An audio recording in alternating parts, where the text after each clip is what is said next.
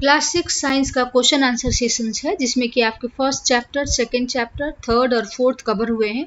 जो important questions हैं exam point of view से, उसको हमने यहाँ पे लिया है।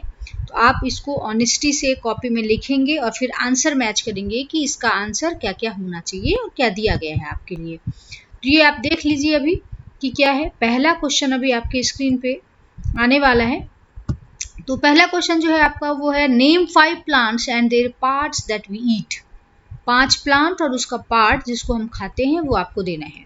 सेकंड है, fill up the blanks with the words given. आपको इसमें ऑप्शंस दिए हुए हैं, herbivore, plant, milk, sugarcane, carnivore. Tiger क्या है, क्योंकि ये सिर्फ मीट खाता है। सेकंड है, डियर सिर्फ प्लांट प्रोडक्ट्स खाता है, इसलिए क्या बोला जाता है। पैरट ईट्स ओनली, क्या खाता है पैरट।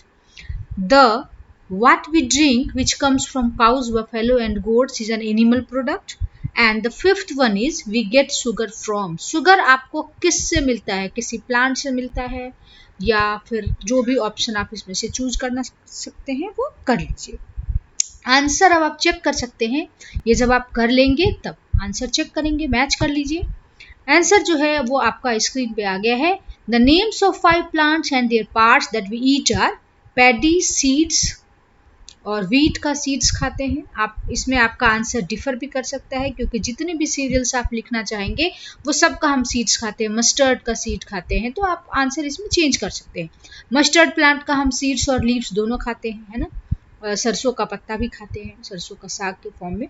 ब्रिंजल प्लांट, फ्रूट्स के लिए मैंने लिया है इसमें आंसर। आप जो है इसमें एप्पल ले सकते हैं, ऑरेंज ले सकते हैं, और भी डिफरेंट काइंड ऑफ फ्रूट्स आप ले सकते हैं।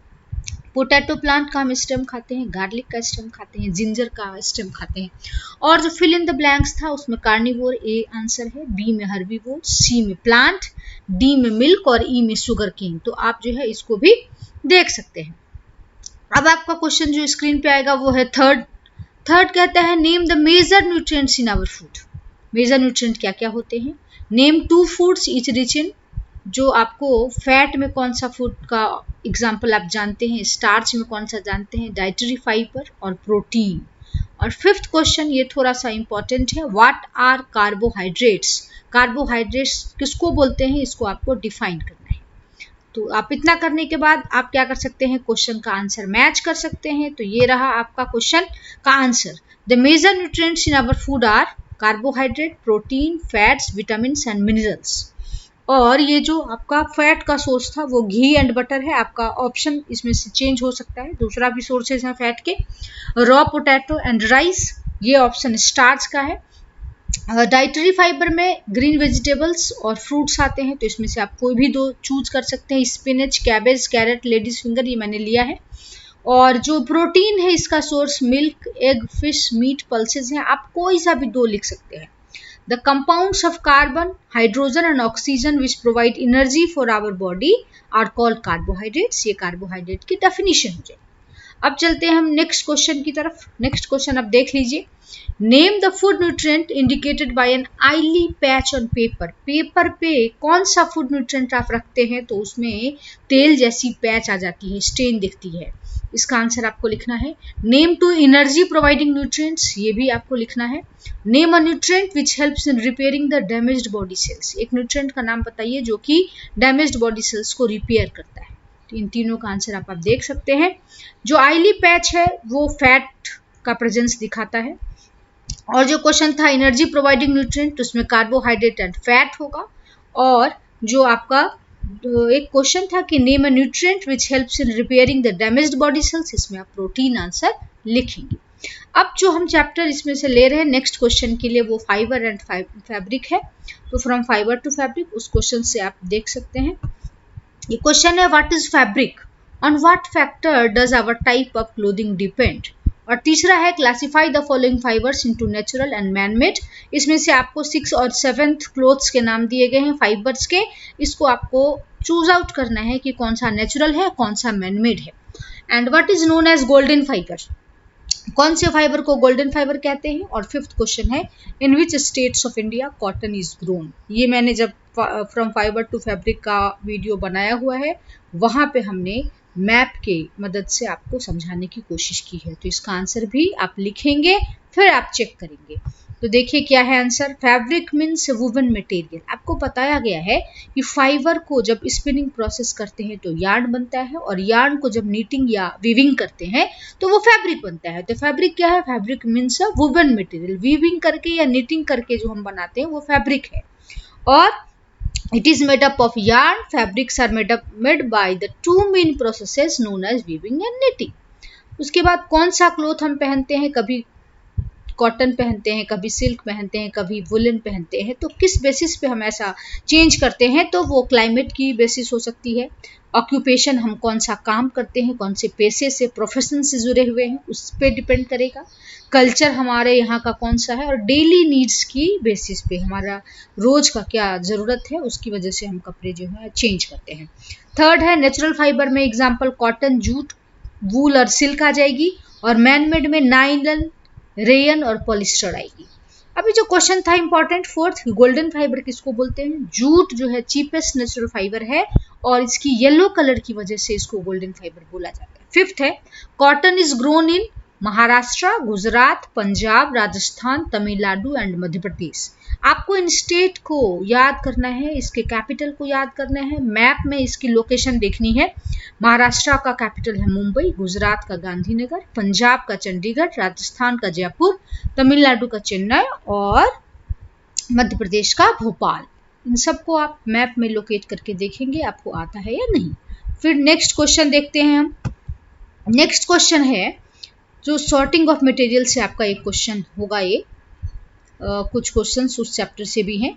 In which states of India jute is cultivated, ये तो फाइबर से फैब्रिक का ही है कि किस स्टेट में जूट को कल्टिवेट किया जाता है। सेवेंथ है what do you mean by classification, what is the need for classification, classification को डिफाइन भी करने हैं और इसकी क्यों जरूरत होती है वो भी समझना है। Name the various materials from which following things can be made, shoes आप किन किन चीजों से बना सकते हैं, कौन कौन से मटेरियल का शूज बन सकता है। और list 5 each opaque and transparent material, opaque material का एग्जाम्पल और ट्रांसपेरेंट का एग्जाम्पल आपको देना है। तो आप देखिए आंसर देखेंगे कि West Bengal, Bihar and Assam are the main producers of jute in India. जो जूट का प्रोडक्शन होता है वो वेस्ट बंगाल, बिहार और असम में सबसे ज्यादा होता है। क्लासिफिकेशन हम क्यों करते हैं, ताकि सब्सटेंस का ग्रुपिंग हो सके, सॉर्टिंग हो सके उसकी सिमिलैरिटी और डिसिमिलैरिटी के बेसिस पे।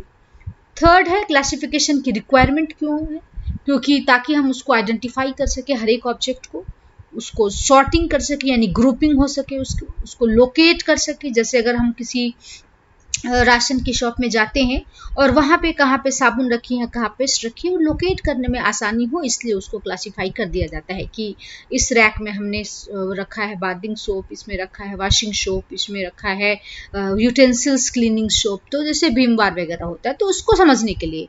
And understanding similarities and dissimilarities among object, जो ऑब्जेक्ट्स हैं उसमें क्या क्या सिमिलैरिटी है, क्या क्या डिसिमिलैरिटी है, इसको समझने के लिए जो है हम क्लासिफिकेशन करते हैं। अभी आते हैं शूज किन किन चीजों का बना सकते हैं, किन किन मटेरियल्स का, लेदर का हो सकता है, रबर का हो सकता है, प्लास्टिक का हो सकता है, कैनवास का, कैनवास मतलब कपड़ा, चेयर वुड की हो सकती है, मेटल की, प्लास्टिक की, कंक्रीट की। आप पार्क में जो चेयर देखते हैं वो सीमेंटेड रहता है, वो कंक्रीट का बना हुआ है।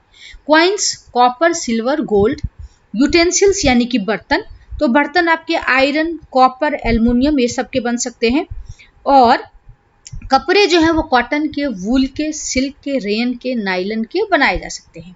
अब है कि ओपेक का आपको एग्जांपल देना है, तो would, iron, cardboard, brick, gold, ये सब ओपेक है।